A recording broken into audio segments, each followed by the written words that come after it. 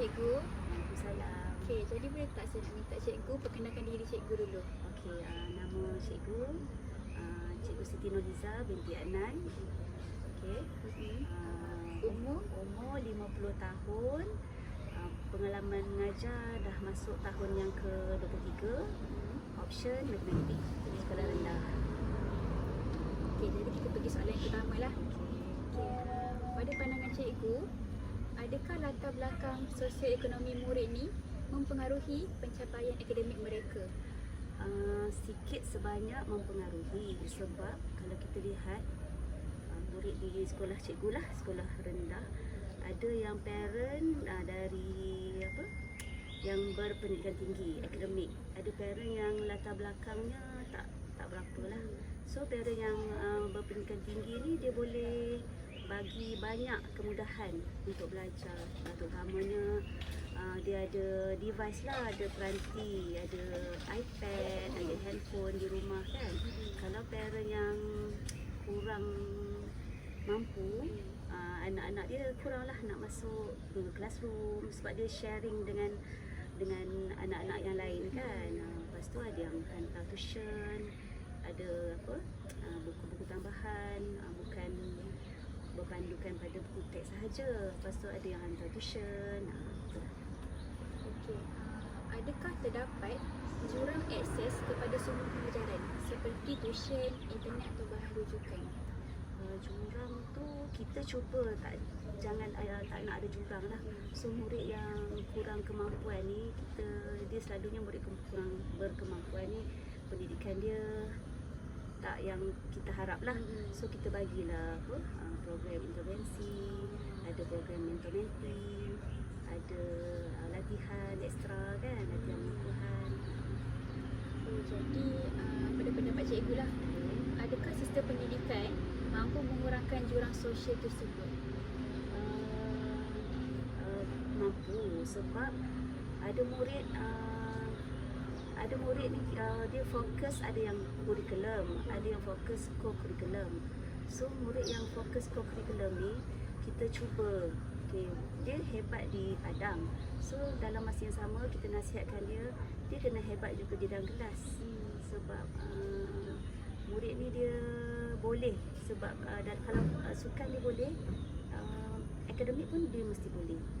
Lagi guru-guru mesti seimbangkan, tak boleh macam nak cakap, dia kena fokus pada murid yang kurang ni, kita bagi tambahan lah untuk dia. Jadi untuk budaya sekolah, bagaimana cikgu menggambarkan budaya sekolah di sekolah cikgu? Budaya sekolah tu dari segi apa? Dari segi budaya sekolah macam mana tu lah? Budaya sekolah? Contoh macam kan ada dekat sekolah adanya murid introvert, extrovert. Jadi macam mana cikgu nak menggambarkan budaya sekolah tu? Kat sekejap tadi. Boleh? Sorry. Boleh. Okay. Jadi bagaimana cikgu menggambarkan budaya sekolah di sekolah cikgu? Okey, budaya sekolah ni kita kena pastikan persekitaran sekolah yang selamat. Okey, tak ada murid yang rasa takut kan. Kita pun kena tahu macam mana cara nak pujuk murid-murid ni. Kena ada bagi galakan, kena bagi penghargaan. Murid yang yang lemah, kita bagi ganjaran kalau dia menjawab soalan kan. Lepas tu hubungan kita guru dengan murid tu kena selalu ni lah, selalu guru kena perhatiin supaya murid ni lebih yakin untuk meningkatkan akademik dia. Jadi apa nilai utama yang diterapkan kepada murid? Nilai utama, murid mesti adab yang pertama kan. Bila adab, murid ni ada adab, insya-Allah ilmu tu datang. Murid-murid kena berdisiplin, patuh pada arahan, bertanggungjawab, hormat antara dia, jangan hormat guru je, dia kena hormat rakan kawan dia, hormat makcik kantin, hormat kerja sekolah kan. Bukan hormat guru sahaja. Dalam satu sekolah tu ramai kan, kita dalam satu macam satu masyarakat lah. Jadi dirasakan semua budaya yang disebutkan tadi, adakah budaya sekolah membantu meningkatkan motivasi dan pencapaian murid? Ya, kita kena galakkanlah budaya yang ada tu supaya murid tahu apa peranan dia. Dia fokus, dia tahu masa main kita main, masa dalam kelas kan, dalam kelas ada kawan, dalam kelas ada guru. Kena betul-betul fokus lah kan. Jadi bagaimana hubungan antara guru dengan murid mempengaruhi suasana pembelajaran? Bila murid tu hormat pada guru dia, senanglah untuk cikgu ni mengajar. So murid kena hormat guru, guru pun perlu hormat murid. Dan hubungan dengan ibu bapa pun, cikgu-cikgu ni kena ambil sama-sama lah. Kadang-kadang anak murid sekolah rendah, dia tak boleh nak, dia tak tahu homework ni apa. So kita akan bantu ibu bapa jugalah. Sebab bila ibu bapa bertanya, maknanya dia ambil berat anak dia di rumah kan. Jadi itu hubungan antara ibu bapa pun penting juga. Jadi apa pendapat cikgu terhadap ibu bapa yang tak ambil cakna tentang anak dia sendiri? Ada juga, sebab kita faham ibu bapa ni balik sekolah, balik kerja ke bekerja, sampai rumah pun dah lewat malam, tambah terutamanya ibu bapa di negeri Selangor dah. Jalan jam kan, sampai rumah pun penat. Jadi memang ada ibu bapa yang dia habis lepas pada anak, memang ketinggalan lah anak-anak tu.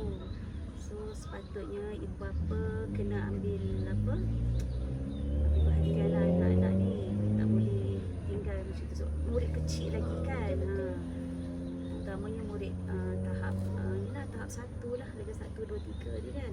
Kalau yang tahap 2 ni macam 4, 5, 6, dia ada device dia ada WhatsApp, dia ada dalam WhatsApp group, dia boleh baca kan. Tapi ada juga yang tak tengok pun kan. Jadi adakah budaya sekolah ni bantu mengurangkan perbezaan latar belakang murid? Membantu sikit sebanyak membantu. Kita tak nak ada jurang perbezaan dari segi ada murid yang daripada keluarga yang berkemampuan yang kurang. Kita cuba murid yang kurang berkemampuan tu kita bantu dia lah. Bantu dari segi latihan tubi, bagi pemulihan, bagi pengukuhan, bantuan kaunselor sekolah kan. Jadi bagaimana sekolah menguruskan kepelbagaian kaum dan budaya? Okey, kita ada banyak program. Ini program sambutan hari raya kan, program awal Ramadan, program Tahun Baru Cina kan. Lepas tu kita ada masa Hari Merdeka, sambutan Merdeka kan, pun ada untuk inilah ada aktivitinya lah. Jadi adakah kepelbagaian budaya ni bagi kesan positif ataupun cabaran dalam PDP? Cabaran dalam PDP sebenarnya dalam subjek sejarah bahasa Melayu ada diterapkan civic dan kewarganegaraan. So sikit sebanyak membantulah. Pernah tak berlaku stereotip atau pelabelan terhadap murid tertentu? Pernah ada, tapi kita perlu faham kita tak boleh label murid tu. Kita kena sebagai guru kena bersikap adil, kena layan murid ni semua sama kan. Kita tak boleh bezakan murid-murid. So semua kena dapat yang sama lah, layanan yang sama lah. Okey, jadi soalan yang terakhir, pada pandangan cikgu, bagaimana sekolah ni boleh menjadi ejen mobiliti sosial? Okey, pada pandangan cikgu kita perlulah memberi pendidikan yang berkualiti. Okey, seterusnya kita beri sokongan kepada murid yang kurang berkemampuan. Contohnya bantuan kewangan, okey, baik,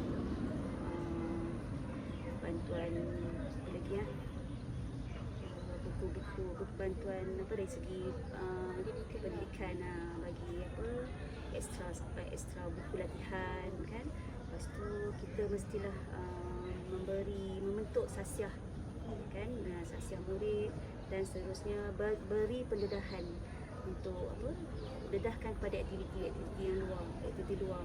Ada murid dia boleh pergi lebih pada koko, ada murid dia kuri, so bolehlah itu salah satu apa, ejen mobility sosial untuk murid kita lah. Jadi soalan tambahan lah. Okey. Ada tak cabaran semasa berlakunya PDP kat sekolah ni? Ada cabaran tu banyak, banyaklah kalau dalam kelas tu ada murid dia tak nak beri kerjasama kan. Ada murid kita bagi homework banyak mana pun, satu je bawa balik rumah tak siap. So kita nak marah budak kecil, dia tak faham. Jadi nasihat je lah, selalu ingatkan murid adab, disiplin. Kita kena selalu ingatkan murid-murid ni, murid kecil kan, kena ingatkan hari ni ingat, esok lupa, dan ingat lagi lupa. So itu dia kan cabaran dalam pendidikan. Jadi itu je lah soalan yang saya nak tanya kat cikgu. Terima kasih cikgu. Assalamualaikum tuan. Boleh saya minta tuan perkenalkan diri tuan dulu? Nama saya Jazmi. Saya mempunyai anak yang berada di tahun 6 di Sekolah Kebangsaan Sri Sarjana. Boleh awak kenalkan diri awak? Saya Damia. Saya bakal cikgu yang belajar di IPG Terengganu. Okey, Damia. Okey, jadi saya nak tanyalah soalan yang pertama. Adakah keadaan ekonomi keluarga mempengaruhi pembelajaran anak tuan? Sedikit sebanyak dari segi masyarakat secara amnya, dari segi ekonomi keluarga memang mempengaruhi kesan pembelajaran anak.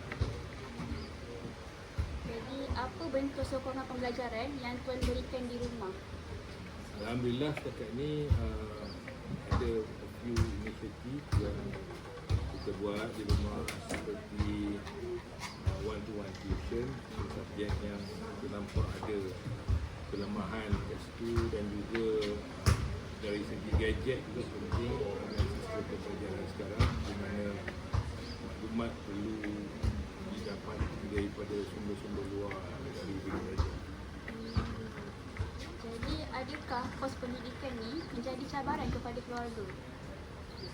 Secara amnya kos pendidikan memang akan memberi cabaran kepada keluarga, terutamanya keluarga yang mempunyai ramai anak yang masih bersekolah.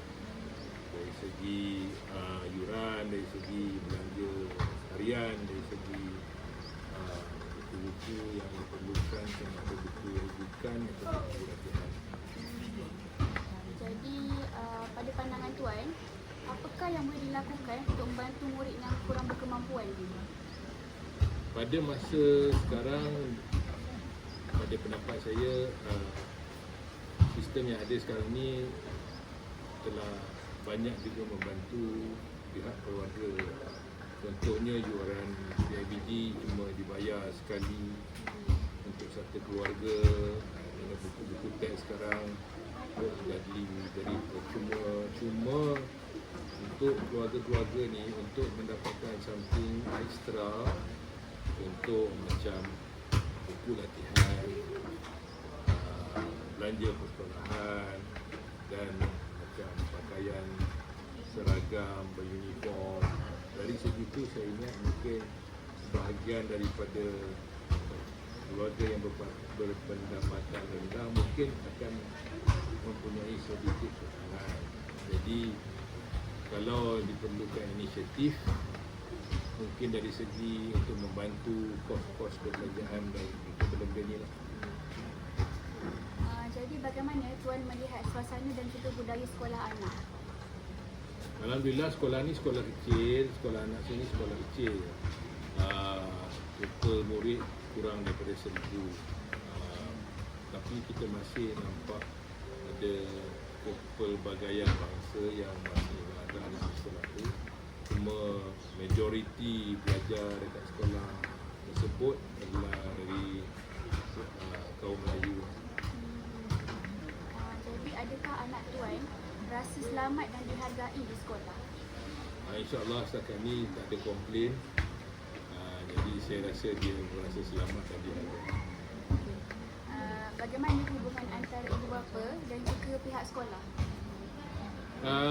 Dengan adanya teknologi di masa kini di mana banyak komunikasi melalui WhatsApp dengan cikgu, dengan parents, saya rasa ini membantu sedikit sebanyak.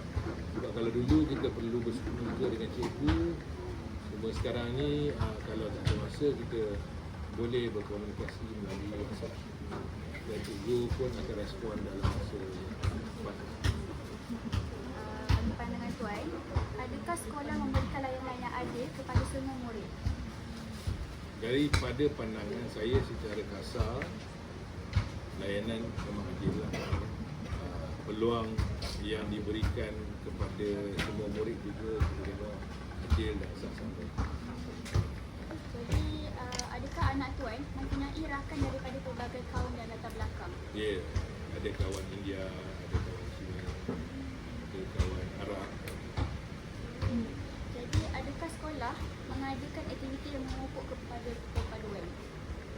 Ya, sekolah membantu juga sebenarnya dalam upacara-upacara perayaan pelbagai kaum disambut oleh pihak sekolah dan diadakan aktiviti untuk menyambut perayaan-perayaan tersebut.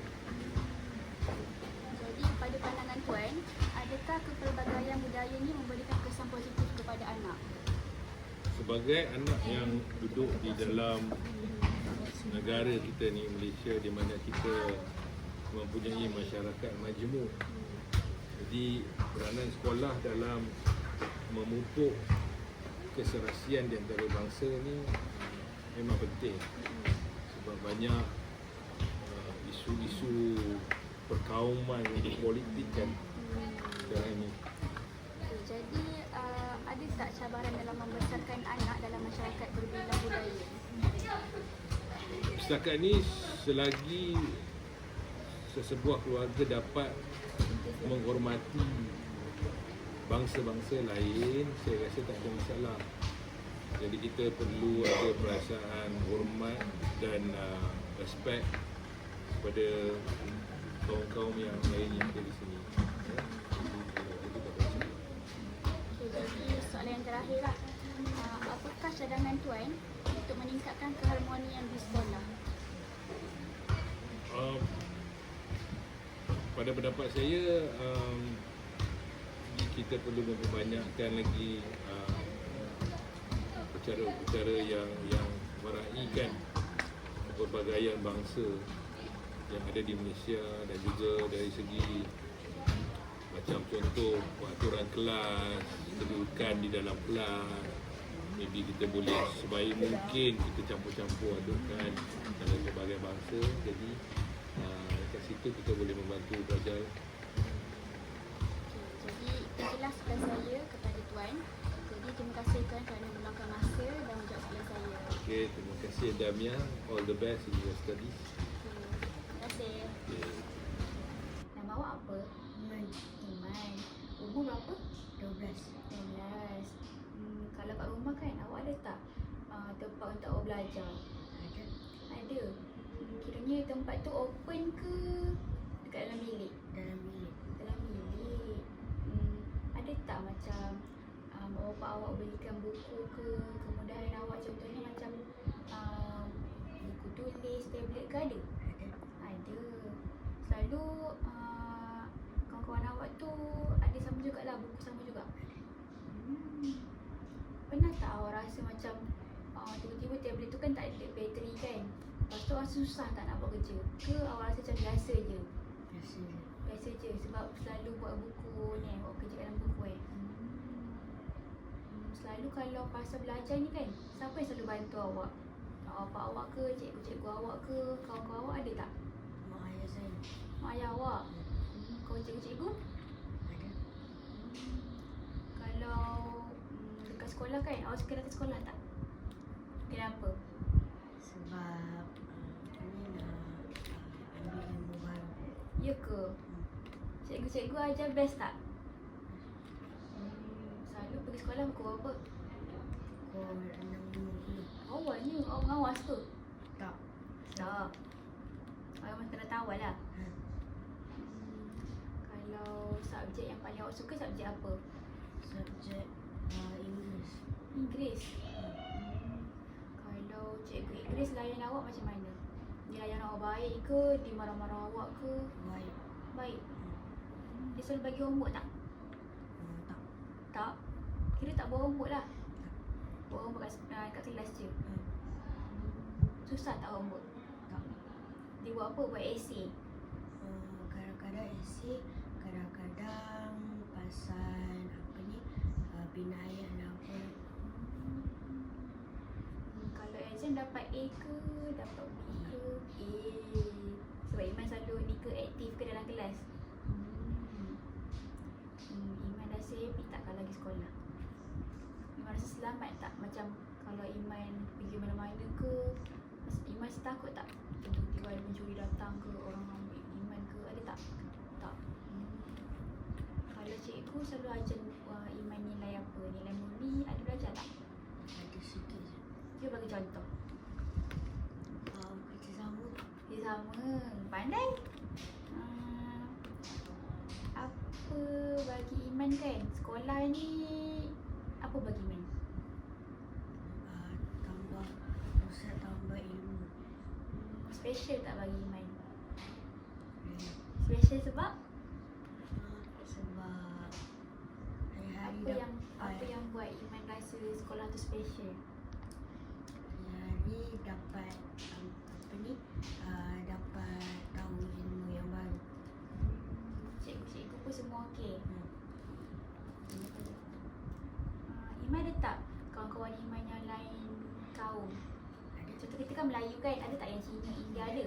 Lepas tu kalau contoh raya Cina kan, kira sambut raya Cina lah. Ke tak? Sambut. Apa yang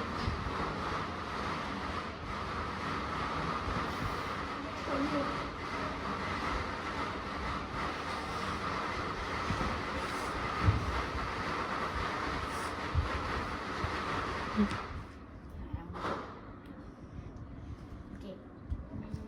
Apa aktiviti sekolah yang macam buat Iman tahu budaya tu ada?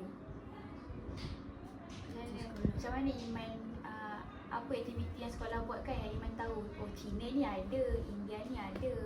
Kita buat sambutan raya Cina. Tapi kan Iman masa dekat sekolah kan pernah tak Iman gaduh? Banyak. Gaduh yang teruk-teruk ke gaduh biasa-biasa? Biasa-biasa sebab apa? Selalunya biasa sebab apa? Sebab dia ejek-ejek saya je. Ya ke? Lepas tu Iman buat apa? Iman pukul dia? Tak. Lepas tu? Cakap dia balik lah. Cakap dia balik? Ayo! Lepas tu kau cakap dia balik, dia pun cakap Iman balik. Lepas tu gaduh-gaduh-gaduh, buat baik tak? Buat baik juga. Minta maaf lah. Okay. Soalan last lah ni. Bagi Iman, macam mana Iman nak buat sekolah ni jadi tempat yang seronok?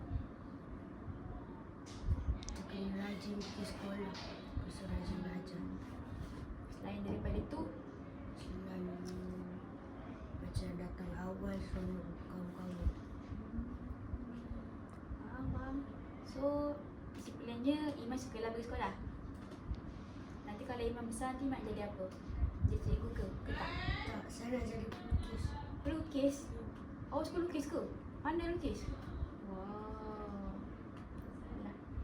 Cikgu harap awak jadi pelukis yang terbaik lah nanti, okay? Bye.